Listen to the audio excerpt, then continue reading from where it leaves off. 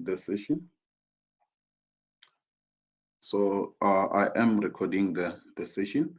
So as I've said that the module is statistical inference. So it is offered in the Department of Statistics and Operations Research. So this STA here stands for Statistics and Operations Research in the School of Mathematical and Computer Sciences. So the module is from the Department of Statistics and Operations Research, and the department is under the School of Mathematical and Computer Sciences. The faculty is Faculty of Science and Agriculture. So we have the prerequisite modules. We have the prerequisite module. So the assumption is that you have passed all these 4 modules. For you to be here, you have passed the first year maths and first year statistics. So those who are coming from ECP, it means you have passed SMTH 000 and SMTB 000. So the assumption is that you have passed the first year modules, and the core requisite is that you are also doing TA 022. So the assumption is that you are doing MTA 022, SMTA, or to the modules that you have done in your first year. So that one due to SMTA 022, or the things that we have covered in SMTA 022 and also in these first year modules. So the answer to your question, John, I will be working with Mr. Maja. So I'm not offering, or I will not be teaching this alone. I'll be working with Mr. Maja. So I am Mr. Chabalala TH, and I will be working with Mr. Maja TF. Hope that you answered, John. And if there is something that you want to discuss or to consult about, not here on Blackboard, but face to face, here are our office numbers. So our offices are at Mets Building, second. And then my office is office number 2025, and Mr. Maja's office is office number 2004C. 2004C. So if whatever you want to consult about it's urgent, you can always write to my email. So the first email there, which is tambani.chabalala@ul.ac.za, is my email address. And my telephone number is 015-268-4769. So if something, you can call that number, or you can always email to my address here, and you can do the same with Mr. Maja or to Mr. Maja. So here is his email address and his telephone number. Is it clear? Is it clear?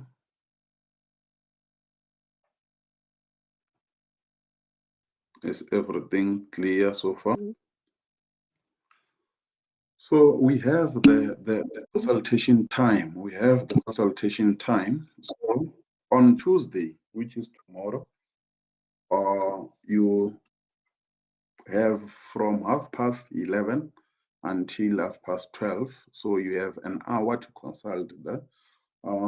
It can be through face-to-face, so you can come to our offices, or you can write to us. But writing to us, you can always write to us whenever you have something that you want to know. So you don't have to wait for these slots, the provided consultation time there. So you don't have to wait until those consultation hours. So you can always write. So through email or the call, you can always try. Remember, you can send an email now and I see it maybe 5 minutes or 10 minutes after. So you must be patient with us. Please be patient with us with regards to the time we take to respond to your emails. So you can always consult face-to-face on Tuesday and Thursday. So on Tuesday, you have an hour between 11:30 and 12:30. And on Thursday, you also have an hour between 14:30 and 15:30. Then we are going to have our lectures on Monday, Wednesday, and Thursday. So on Monday, we'll have we'll use period 7 and 8. So we have double lectures from 1 o'clock until 2:30 or 3, depending on whether you want to take the 10 minutes break in between. So we can always have a 10 minutes break. So if you want that, it means we're going to start at 1 o'clock and then we take 10 minutes break at 2 or 15 minutes to 2. And then we resume at 5:02. And then we are going to end at 23. So you will tell me through the class reps. So we are not changing the class reps. From that, our class reps are here. So we are continuing.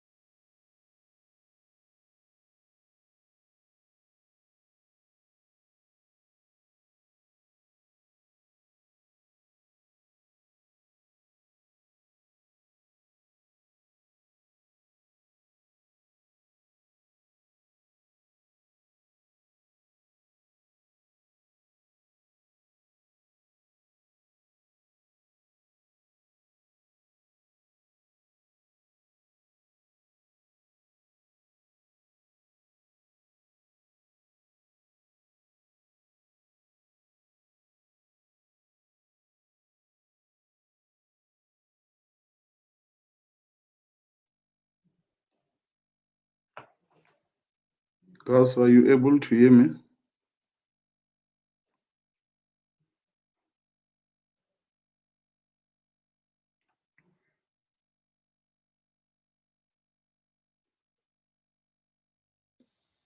Yes, sir, we can hear you. Thank you. Thank you very much. Thank you very much. So I have indicated the lecture periods there. That on Monday we'll meet on period 7 and 8. And then Wednesday it's period 5 and 6. And then on Thursday it's period 1 and 2. And we'll have our tutorial sessions on Fridays. So you will have our tutorial sessions on Friday, period 7 and 8. So please note that our tutorial sessions will be on Mondays, on Fridays, period 7 and 8. And we are going to have 6 lectures per week. We are going to have 6 lectures per week. So it's double period on Monday and then double on Wednesday, double on Thursday. And then that makes the number of lectures 6 per week. And then the tutorial sessions will have double on Fridays. So we are going to have 2 periods on Fridays.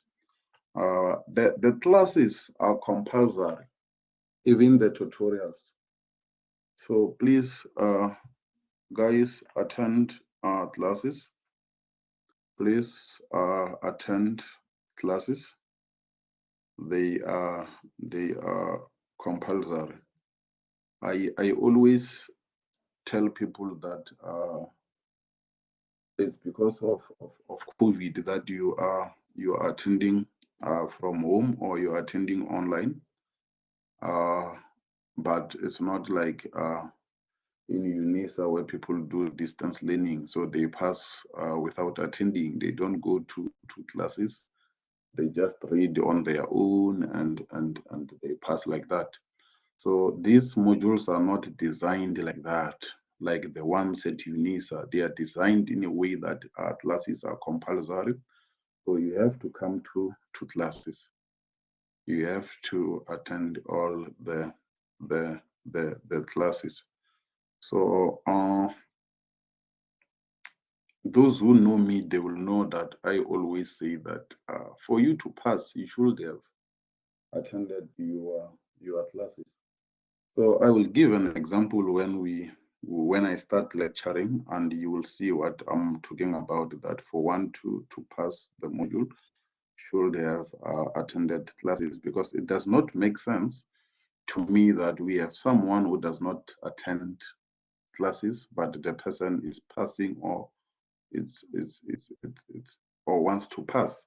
So it does not make sense to me, because these modules are structured in a way that people should attend classes so that they can at least understand what we are offering in the module.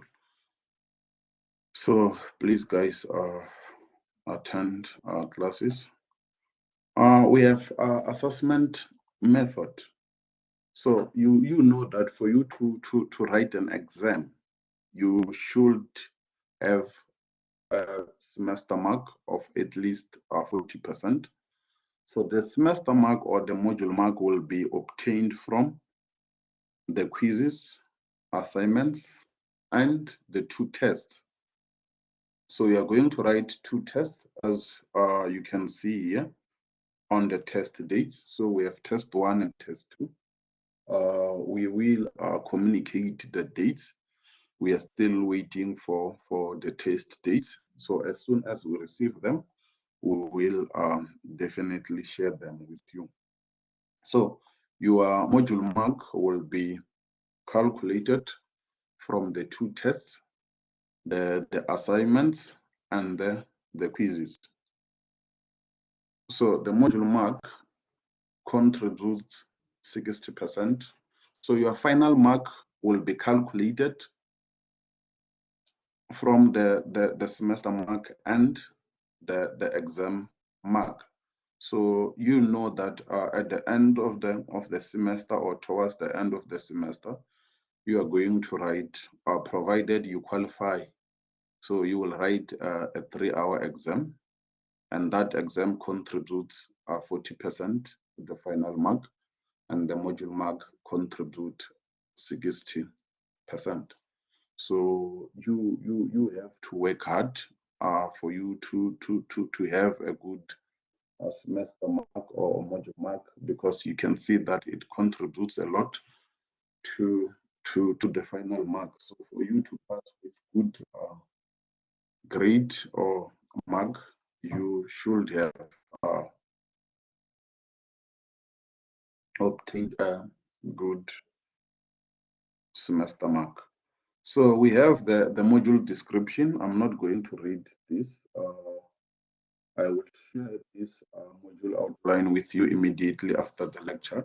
So please go through the module description and also the module objectives. So please, after this lecture, I will share this with you via Blackboard. Please read the module module description and module objectives. So this module, or the study guide that I will share with you on Blackboard, has 5 chapters. And then the first one is the chapter that we're going to do today. So we're going to do it. We'll complete the first chapter today, which is introductory concepts. And then on Wednesday, we'll start the second chapter, which is about sampling distributions. Then we will do the third chapter, which is parametric point estimation together. And then Mr. Maja will take over from there and do with you the last two chapters, which is interval estimation and hypothesis testing. So those who are coming from mainstream, I know that you know these things because I did them with you last year. So I want to believe that you still remember them. And those who are coming from ACP, I know that you did these things as well. So please, if you forgot some of them, revisit the notes. And the learning outcome as well, I'm not going to read. You will go through it when I share this with you. Then I will go to prescribed books. So we have shared with you the books that we used to compile the guide. So these are the books that we used to compile the guide. So you can get these books online. You can get these books online. So please try to download them. You can also go to the library. Or Lisijo, you are recognized. Oh, sorry, say it was a mistake. Okay, thank you.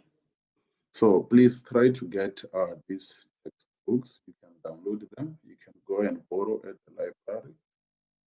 They will help you understand better. Remember that the study guide is a summary of a textbook. So we are summarizing. So when you get the textbook, you get everything. So in the textbook, you get everything. I don't like sharing slides because slides are summary of the study guides or the study guide, and the study guide is a summary of a textbook or textbooks, depending on the number of books one used to compile the guide. So when I share with you the slides and you use that to prepare for the test, it's like you are using a summary of a summary. So you understand the information that you are missing by using the slides. So you are missing a lot of information. So I always discourage or encourage people to get the book, because in the book there is everything. I know that there are people who just want the paper, as they call it these days, that the degree is just a piece of paper.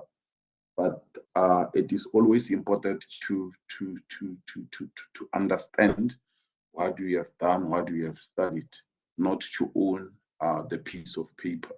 So when one asks you, what did you do? And you say you did the statistics, you must be able to explain to the person, what did you do in that statistic module that you are talking about. So these are the books. You can check them online, or you can go and borrow at the library. So we have feedback on the module. So here we are referring to after writing the quiz, assignment, and test, when do we give the feedback and what is the feedback? So you will read about that. You will read about that. I will share with you.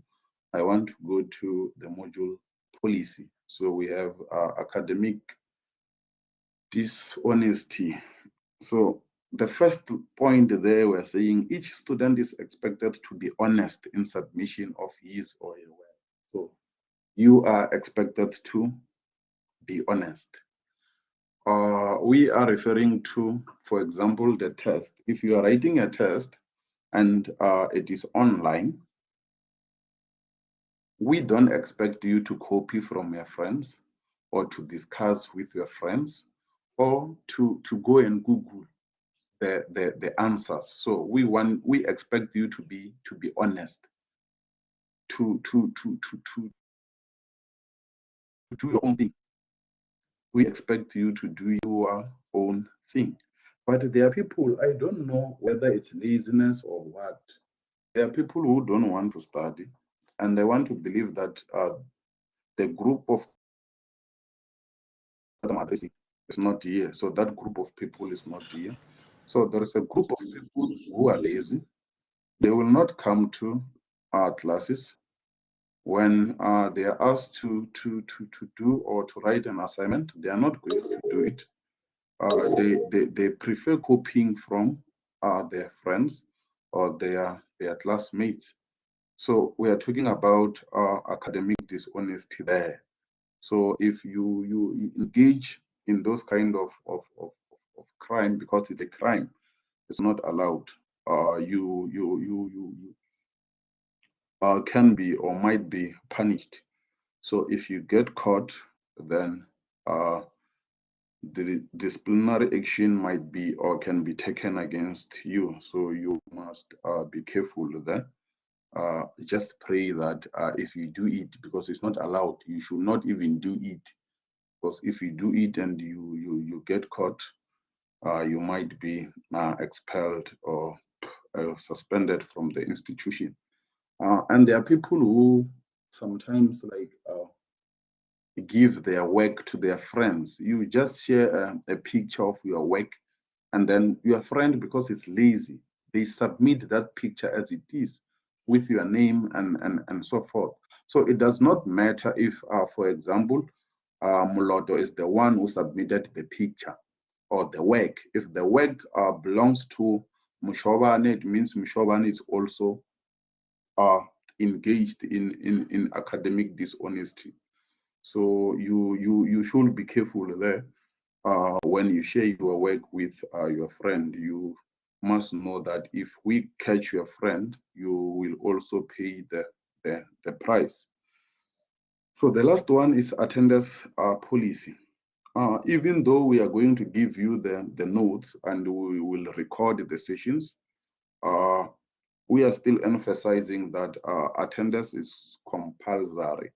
So we are emphasizing that your presence here is very important, and it is compulsory. So you must attend at all times. Please make sure that you don't miss any of our sessions. So even if or you get to a point where you feel like you hate me or you hate us, don't hate the module, because you need to pass the module. So don't hate the module, do attend the module. We might have differences along the way, because I know that there are people who would maybe not like my style of teaching or my style of assessing and so forth. But please don't be an enemy. Let's not be enemies. Let's work together so that you can enjoy the module. So the last thing to share there is the schedule of lectures. So as I've indicated that we're going to start with the first chapter today, and the plan is to finish it today. Then on Wednesday, I will do introduction to sampling distribution, and we'll finish on Thursday. And then from next week, on the 11th until the 29th, we'll be doing sampling distributions. And then from the 1st to the 19th of August, we will be doing parametric point estimation. So in short, I will be with you to cover the first 3 chapters from today until the 19th of August. So we'll be together until the 19th of August, and Master Maja will take it from there. Questions?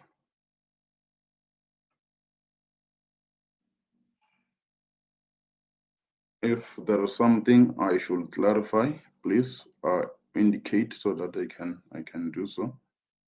If there's something that you feel like I should clarify, please. So everything is clear.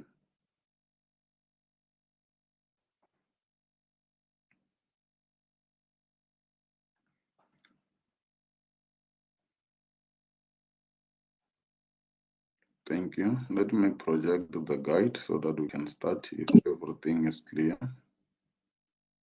So if everything is clear, we are starting.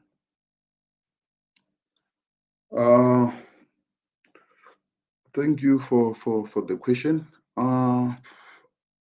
Not yet sure. But as things stand, you will be doing the assessments like you were or like you did in the first semester until they communicate that we have to change. You have to come back and do or have venue-based assessments. Then we'll communicate. Remember, the reason you were at home, it was because of COVID.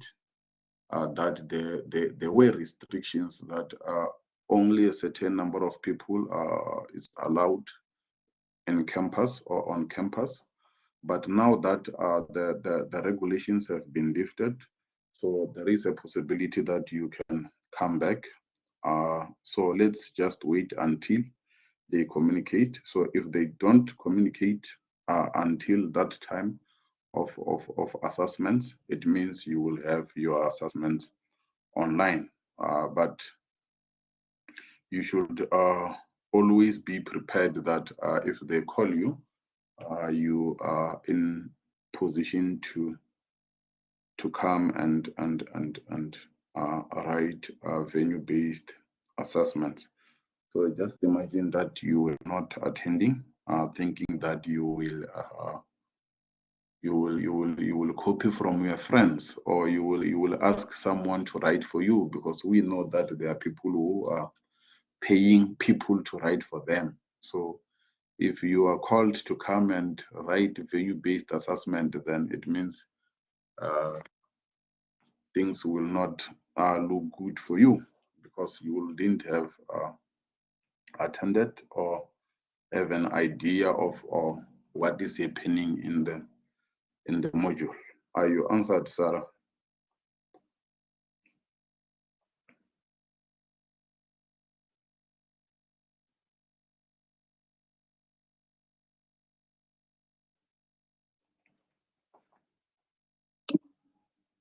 Thank you very much.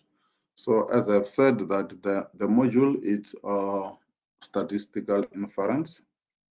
The module is statistical inference. Before we start, I want one to define to us what is statistical inference. You did introduction to statistics. What is statistical inference?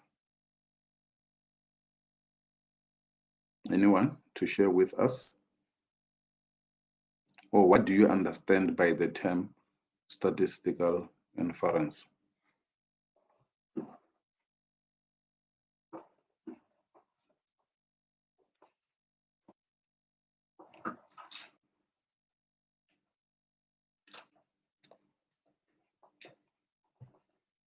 Anyone?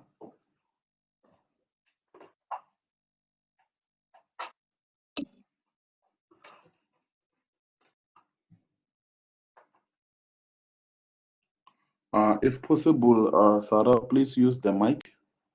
If possible, please use the mic.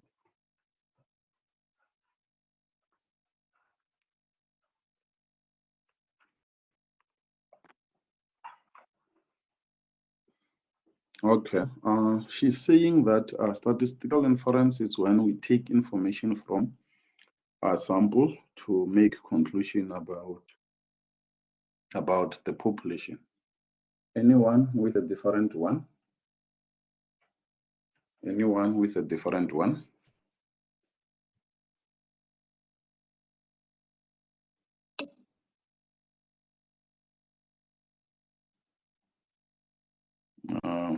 Ledwaba is saying it's where we apply statistical formulas or theorems in a real world situation.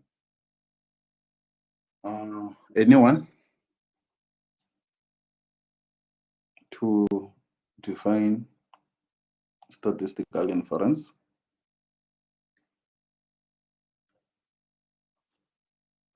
I was expecting, thank you. Lesego is saying making conclusions based on the population. Thank you. I hope that as we progress, you guys, you will tell whether your answers are correct or not, or which one it's correct or more closer. So I was expecting one to say statistical inference, it's one of the two branches of statistics. Remember, when we define statistics, we always say there are two types of statistics. One is descriptive statistics, and the second one is inferential statistics or statistical inference. So I was expecting one to give us that definition.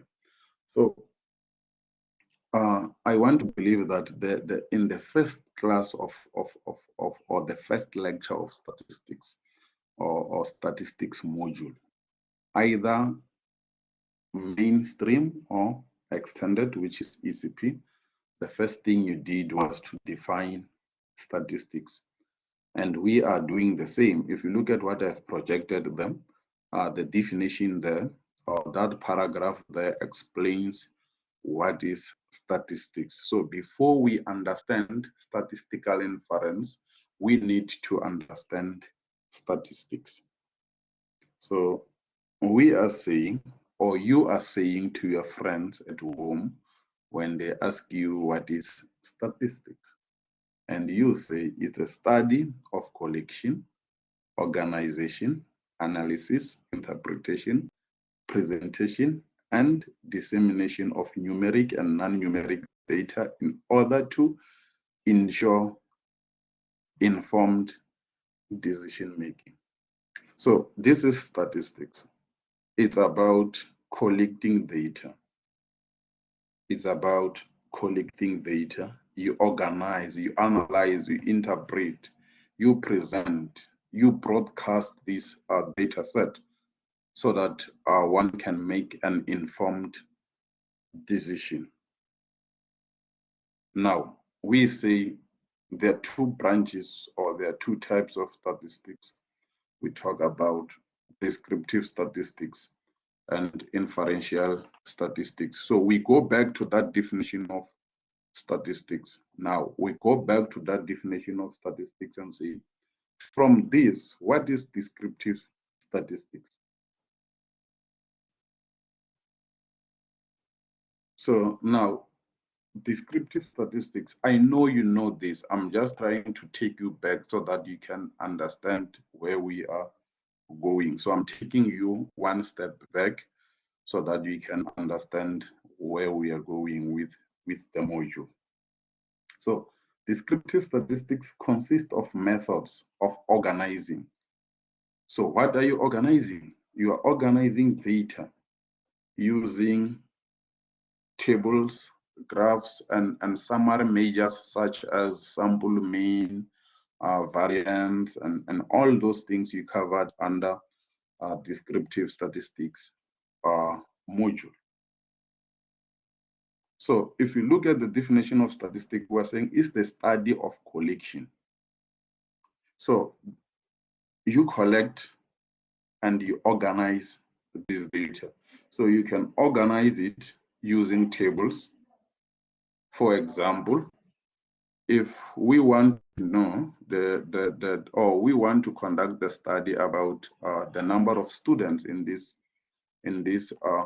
lecture or in this or registered for this module, then we can just organize the data using a table. So we can have a column or a column of gender, for example. So you tell us how many males are here, how many females are there. then you tell us the age group of these people or students.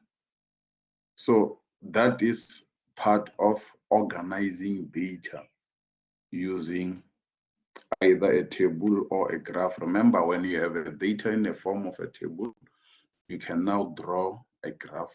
You can have a pie chart, which will tell us how many females are there, how many males are there. Or if you have age groups, then you can have all those in a graph. So that is descriptive statistics. Now we go to inferential or statistical inference, which is about drawing conclusion now about the population based on sample data. So statistical inference, it's about drawing conclusion about the population based on sample data. So how do you now join the two? You have collected the data. You have organized the data using the tables. Now, you want to know something about the population, for example. And you know that working with the entire population, one, is time consuming. Two, it's expensive. Then you can have all those reasons there. There are many. So instead of working with the entire population because you want to save time, you go into the population, you draw a sample. So that's what Sarah was saying. To say it's when we take information from the sample, and then you make a conclusion about the population based on the information from the sample. Is it clear?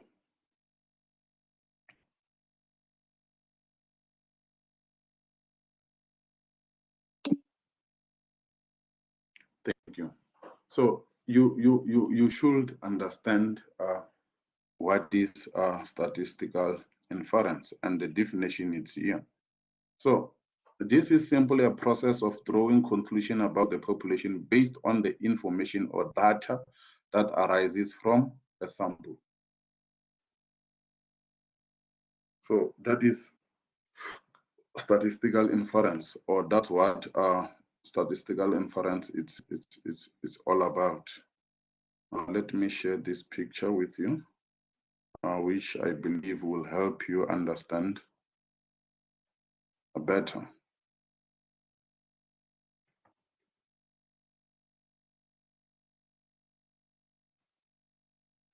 Can you see the picture that I have shared?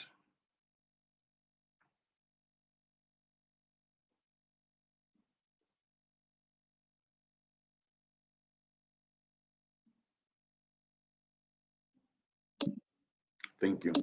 Thank you. So if you look at the picture there, we have a population and a sample. So you have the bigger one there is the population. Then the small one inside, or the red one inside, represent a sample. So you want to know something about the population. Let me give you an example. We want to study the pass rate of first year statistics students in the country, which means we are going to all these universities to ask information about the first year, or the pass rate of the first year students. So one, you need money to travel to all these universities. You need resources. So the best thing, that's what we are saying about sampling, is to have a number of universities, not all of them, but have a number of universities representing all the universities in the country. So that small number of universities representing all is called a sample. So we are going to use the information from the sample to draw conclusion about the population.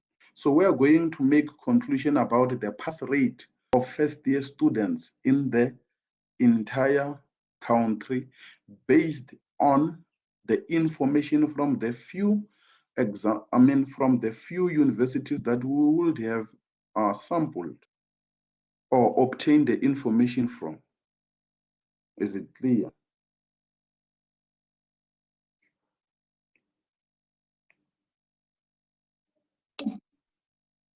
Thank you.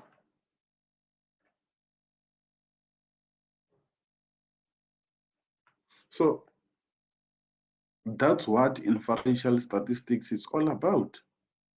It's about making decision about the population based on the sample data. So we use the sample findings to draw conclusion about the population. So there are three pillars of inferential statistics. And here are the three pillars. The first one is the concept of probability, especially the normal probability distribution. Remember, now, when we go back to the probabilities, we are going back to the concept of variables or random variables. We are going back to the concept of random variables. So we have a continuous random variable x following, or let me try to get a blank slide so that I can write what I'm talking about.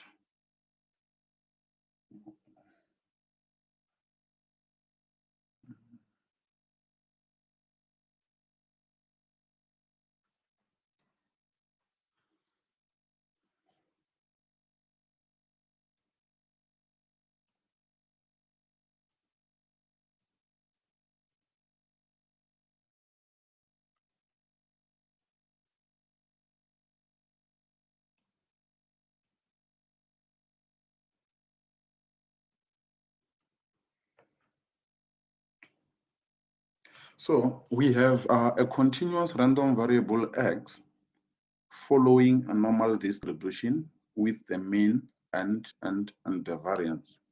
So this random variable could be the marks of test 1 for Ssta022 students. So this is the mark.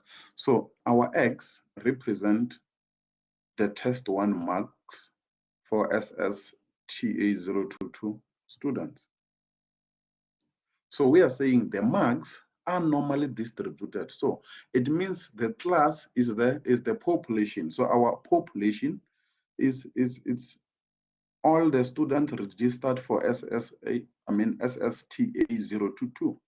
So our population, it's all the students registered for that. So your marks follows this distribution, a normal distribution. So we decided that no, working with the entire class is time consuming because you are many. Let's take a sample and work with that particular sample. So the sample is coming from a normally distributed population because your marks are normally distributed. So the population is normally distributed.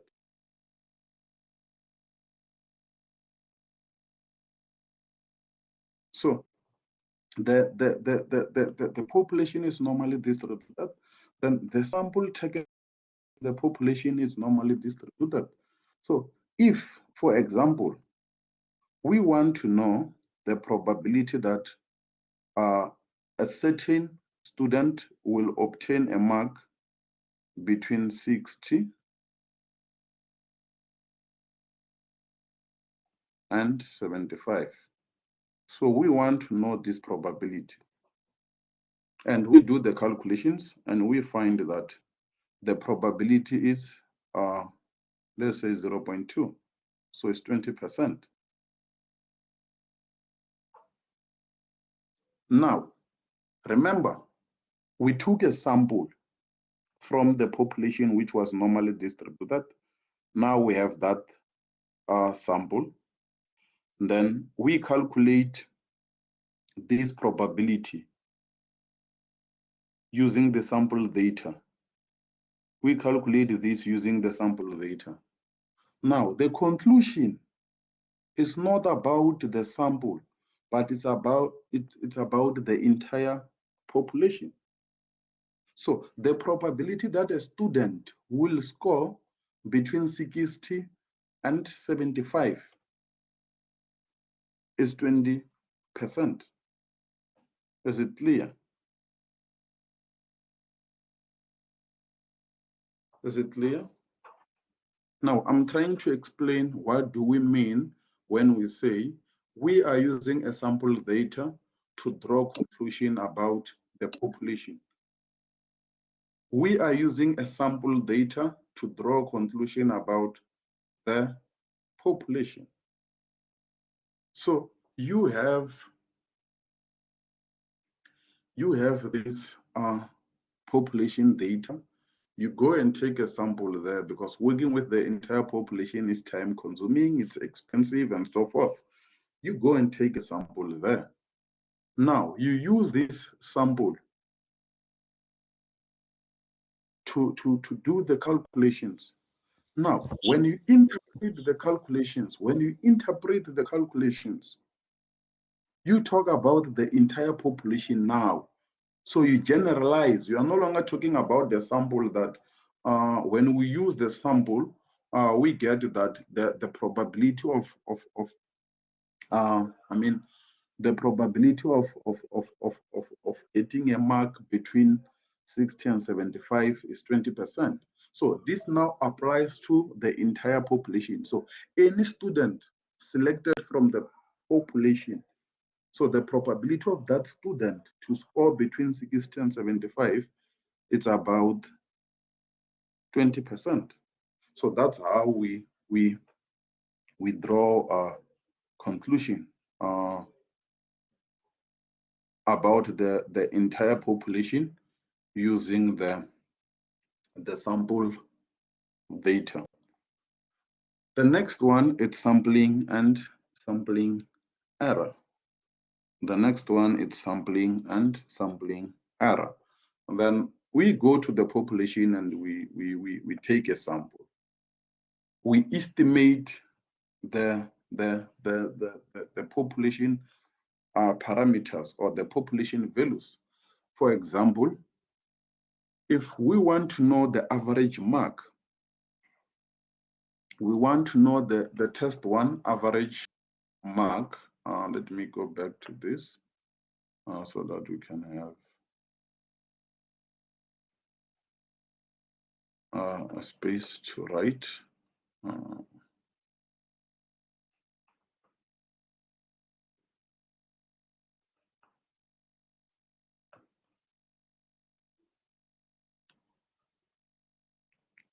So instead of calculating the mean, which is the average from the entire population, we take a sample. We take a sample and we estimate the population mean using the sample mean. Obtain 55. So we assume that, or we draw conclusion that the population mean is around 55 using the sample mean, and the sampling error is the difference between these two. So let's say, for example, the sample mean it's 55, and the true mean, if we were to use the population data, then the true mean was 55.5.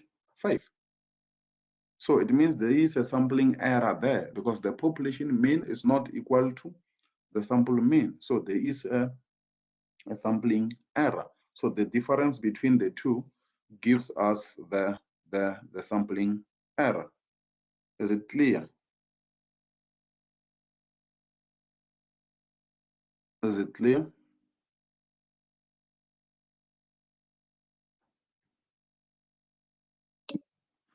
Now, the last one, it's about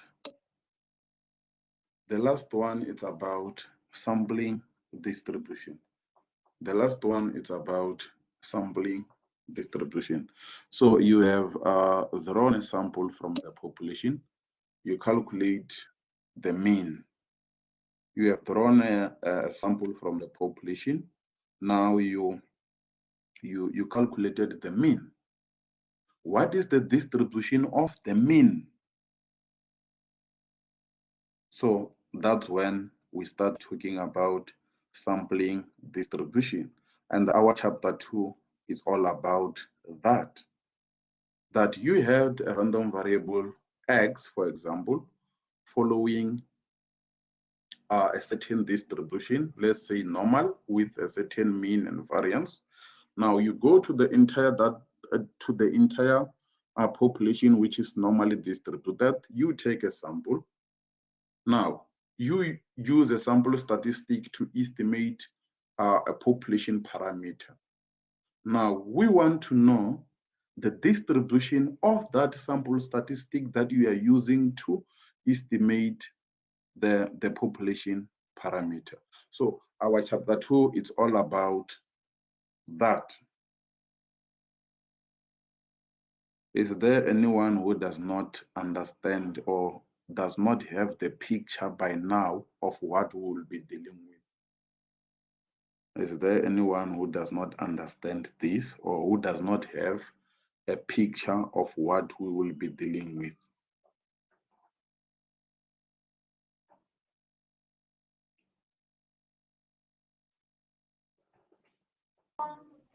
Sir, Yes. so I want to know, as calculating the sampling error, what does it tell us about the sample or the population that we are dealing with? No, the sampling error will only tell us of how far the sample value is from the population value. Let's say use the example that I gave of the mean.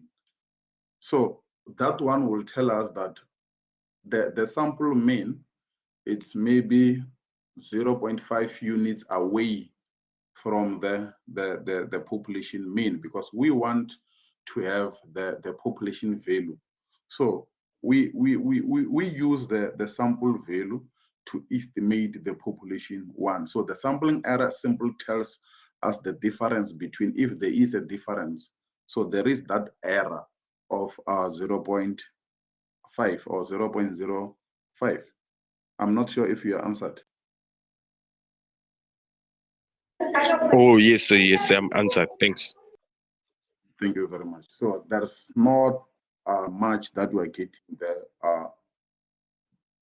except the fact that it simply tells us that the value that we use to estimate is not.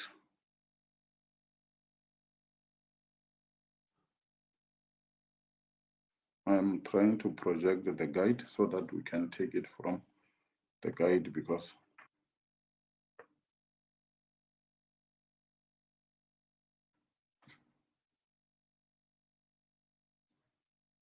yes, so as I was explaining what is statistical inference. So it's simple, a process of drawing conclusion about the population based on the information or data that arises from the sample. I tried to show you a sample. I tried to show you a population. So the definition here of a population, it goes back to that picture, because on the picture you had the population as a set of everything, and the sample was a portion of the population. So that's what we are saying, that a population is a complete set of observations that a researcher is interested in. I gave you an example with the pass rate of all first year statistics students in the country. So it means we are dealing with all students who registered a first year statistics module in the country. So that is our population of interest. So it can be cars. If one maybe is interested in all the cars that were purchased this year, so you don't care about the dealership, you want to know or to study the cars that were purchased this year. So all those cars forms a population, but you know that it's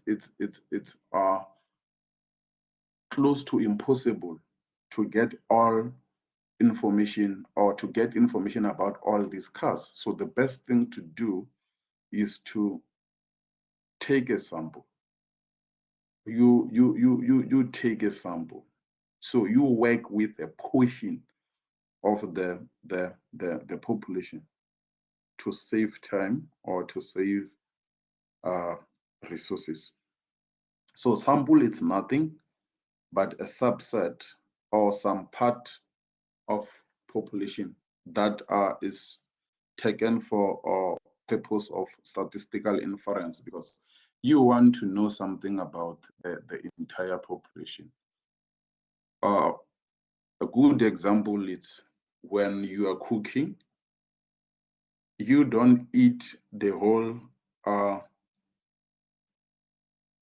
whatever you are cooking.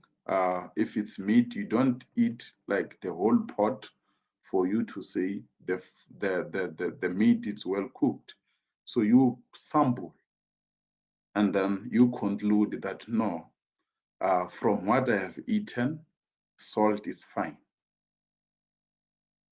So that is the perfect example of statistical inference or sample and a population.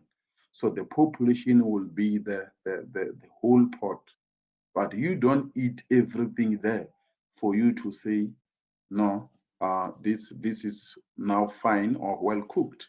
You take a portion of that, you eat, and you draw conclusion.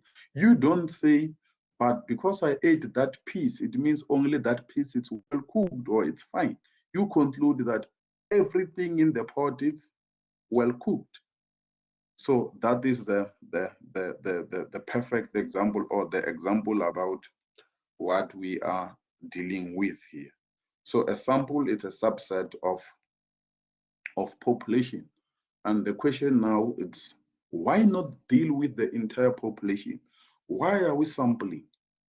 I've answered that many times to say, sampling saves resources. It saves time. Because just imagine traveling to all these institutions to get information on the first year statistics students or first level statistics students. It's costly and time consuming. So you can identify or you can sample, you go to this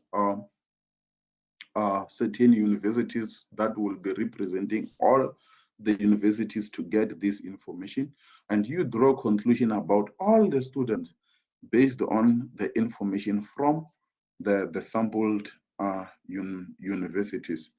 And the last point we are saying, sampling is a method of generating data which is reliable, because if the data is manageable, so it's reliable in a sense that it's manageable. If you are dealing with big data, the chances of making mistakes are very high as compared to when you are dealing with a manageable data or a small data. So that's what we are saying there.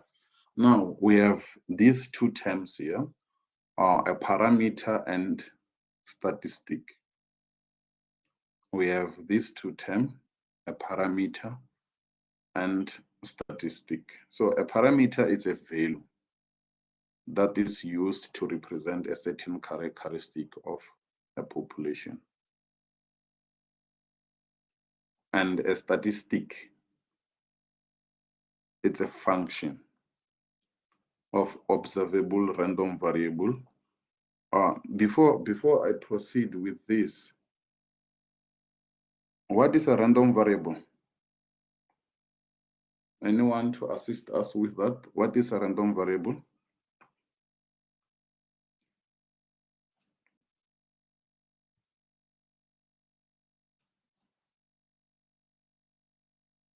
What is a random variable? I gave an example with x there. I said x is a random variable or a continuous random variable following a normal distribution. What is a random variable? So a random variable, like a statistic, it's a function. A random variable, it's a function that assumes or takes on values. So let me go back to, I can share the whiteboard. Try to write here.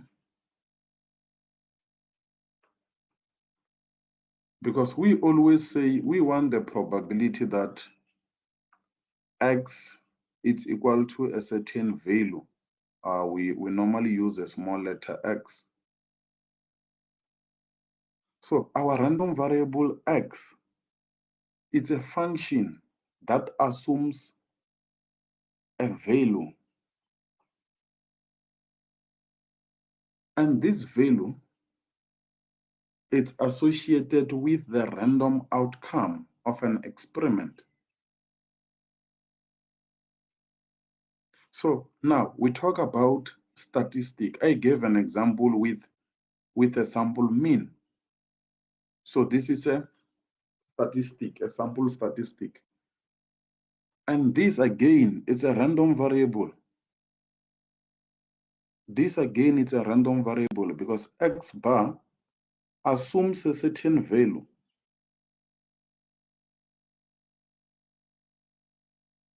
So let's say we have a population of size 100. And working with this population, it's expensive. We take a sample of size 10. So my sample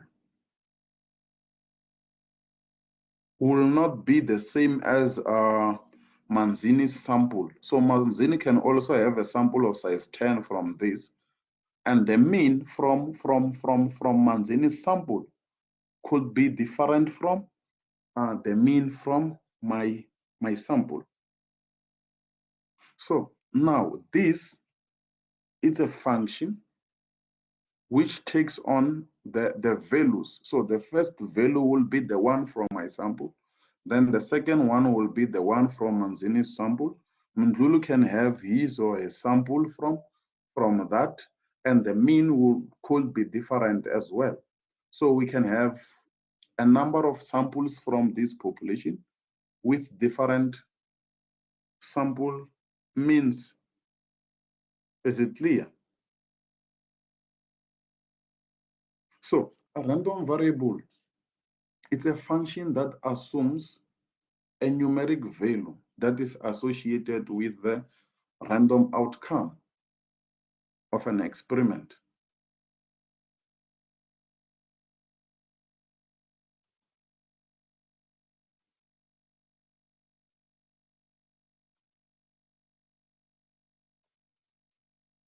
So a sample statistic or a statistic is a function of random variables. So you take those functions. Remember, I said a random variable is a function. You take those functions, you take those random variables, you create another function. So that function is called a statistic. So a statistic is a function of random variables and a known constant. So you can have, for example, we say our statistic is 2x and that x is a variable, or is 2x1 plus 2x2. So x1 is a random variable and x2 is a random variable. So the 2 there is a constant.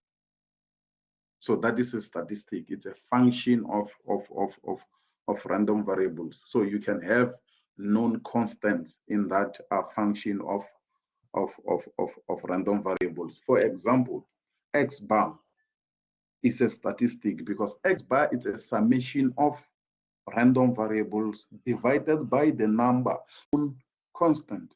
Let me go back to the whiteboard to explain this.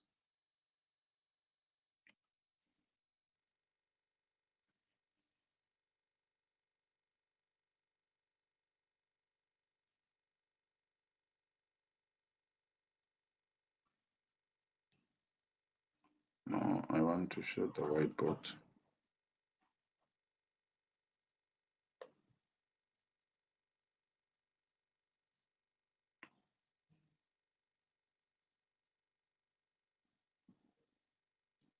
So we have x bar, which is equal to x1 plus x2 plus up to the last one, xn. So these are random variables. So x1, x2, x3, these are random variables divided by n. So if we are working with a sample of size 10, for example, a sample of size 10, now this is going to be x10, and here we'll be dividing by 10. So what we are saying there, we are saying statistic is a function of random variables. So these are random variables. Now we are forming a function out of these random variables, and there is a known constant here, which is 10. So this now, by that definition, is a function. I mean, it's a statistic. A statistic is a function of random variables. And remember, a random variable is also a function. So we're creating a function out of functions, because now you have more functions in terms of random variables. Is it clear?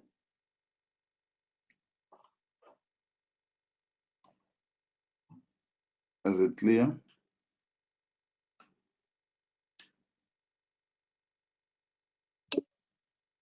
Thank you. Thank you.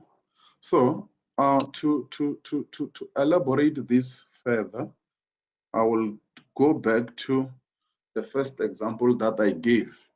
So you have the population, let's say x1, x2. This is a population of size, I will use capital letter N to indicate the population size.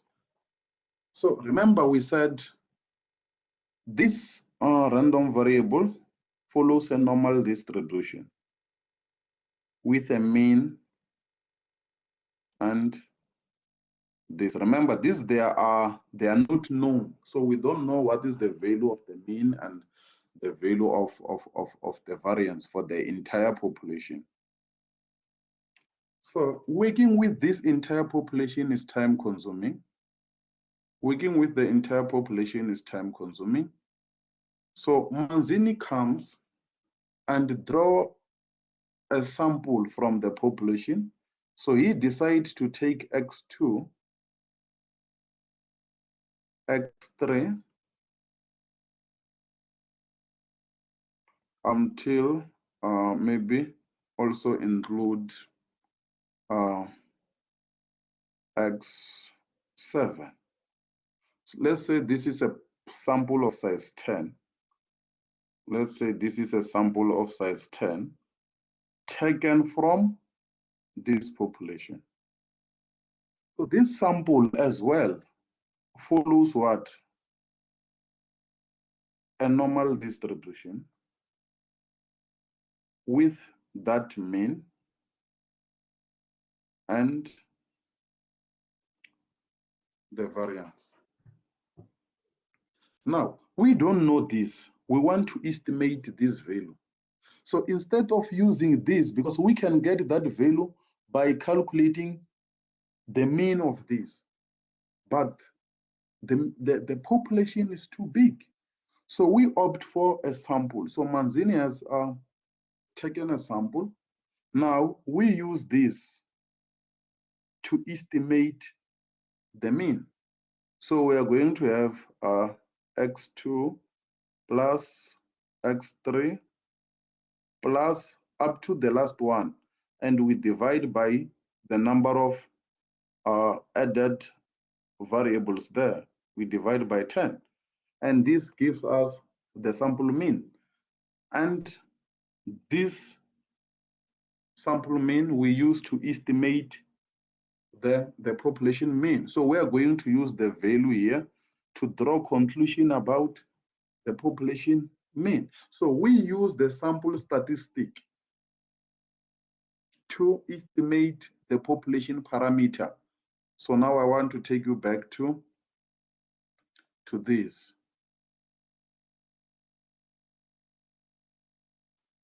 To this too. So we are going to use this to make conclusion or to draw conclusion about that. So we are going to use a statistic to draw conclusion about the parameter. Is it clear? So we have example 1.2.1. So we're saying let x1, x2. Remember, these are random variables. These are random variables. So x1, x2 up to xn. Now they form a random sample because they are taken from a population. So they form a sample of random variables, and these variables follows a certain distribution function. I've been using normal, but in this case we are saying we don't know the distribution, but they follow a certain distribution. So x, it's a random variable, and this is the value of the random variable. So the small letter x is the value of the random variable. Remember I said when I defined the random variable that the random variable is a function that takes or that assumes values associated with the outcome. So the capital letter X is the random variable, and the small letter x is the value of the random variable. And theta is the parameter. So theta is the parameter. So we want to estimate this parameter. We want to estimate this theta. So we need a statistic. So now we have our example of statistics. So the first one, as you can see, it's a function of random variables. Here are our random variables. So by this definition, being a sample, it's a function of random variables. So if you look at the first one, you have a summation of the random variables. So that is a function of the random variables. So by definition, this is a statistic or sample statistic. The second one, which is x bar, because it's a summation of xi over n, so that is the sample mean. It's a statistic, as I've indicated that the n there is known because it's the number of variables that we are adding. If you look at the third one, we have a sum of the random variable plus 100. So 100 is a known constant. It's like n here because n is known. Even here, n it's, 100 is a known constant. So the definition, if you go back to the definition, it says a statistic is a function of observable random variables and a known constant. So that 100 is a known constant. So this is a statistic. But if you look at the last one, it's the summation of xi, and the xi's are random variables, plus beta. So what is this beta from the sample? We don't know.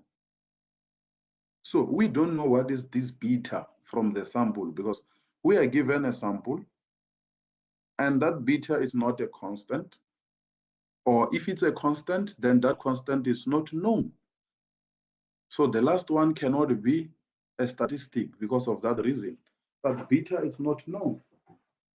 So we don't know whether it's a constant or not. So even if it's a constant, it is unknown constant. So the last one cannot be a statistic when we use that definition up there. Is it clear?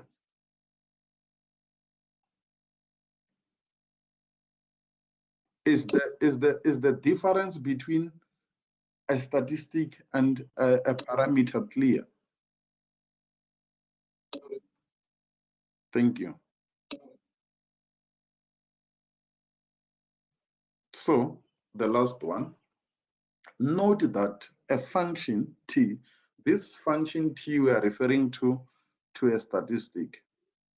This function t we are referring to a statistic. So a function is a real valued and its values varies from sample to sample. So this is what I was explaining there, that if we have a population of size 100, we can have more than 10 samples there with different sample means. So I can take my own sample, Manzini takes his own sample, then we have Munduli with another sample, then Ndovu comes with another sample from the same population. We calculate our sample means and we come with different sample means. So now X bar takes on different or assumes different values from different samples. So that's what we are saying by the first statement, that it's a real valued function and its values varies from sample to sample. So hence statistics are random variable having a certain probability distribution. So this is what I was saying, that a random variable x is a function which takes or assumes values associated with an outcome of an experiment. So those random variables follows a certain distribution. Now you take a sample, or we take different samples from the same population. We estimate the mean. So we have different estimates.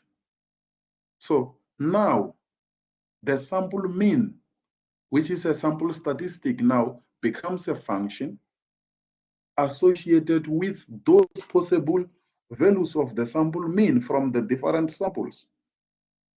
And this sample statistic follows a certain distribution or probability distribution. Remember, we are saying there, let me scroll up so that you can see.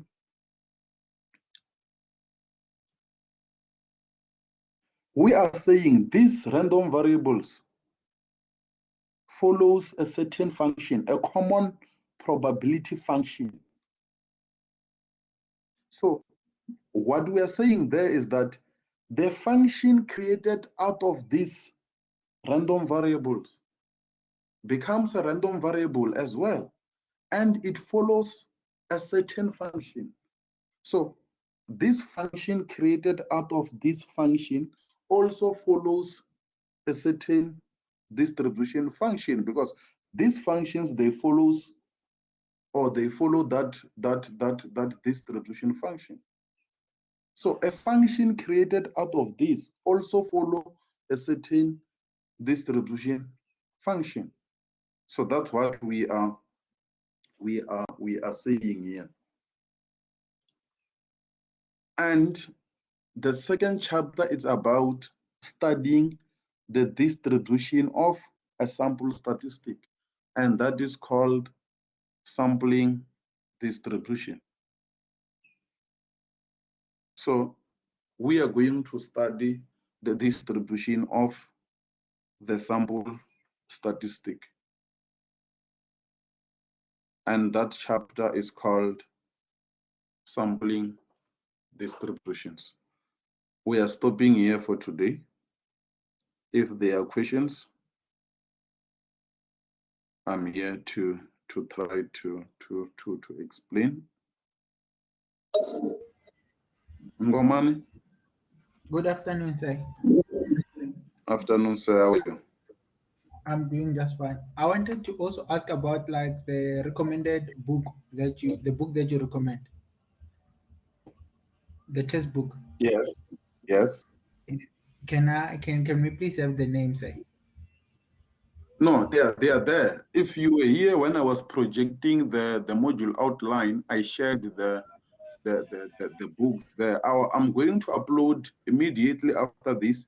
I'm going to upload the module outline on Blackboard so you can get those books from the module outline. I will also share because I saw someone saying I should share the slides. So I'm going to share as well this study guide because it's the study guide that I was projecting. So I'm going to share the module outline together with the study guide. Oh, thank you, sir. I arrived a bit late, but thank you. You're welcome. So you will find the names in the module outline.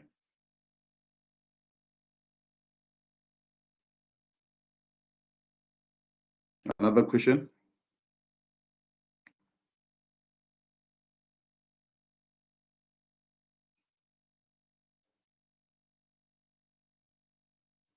So in the absence of questions, let's meet on Wednesday. We are going to start our chapter 2, which is sampling distributions. So in the absence of questions, let's meet on Wednesday, 11 o'clock. Thank you very much. As I've indicated, please do come to classes. Classes are compulsory, so you are expected to attend all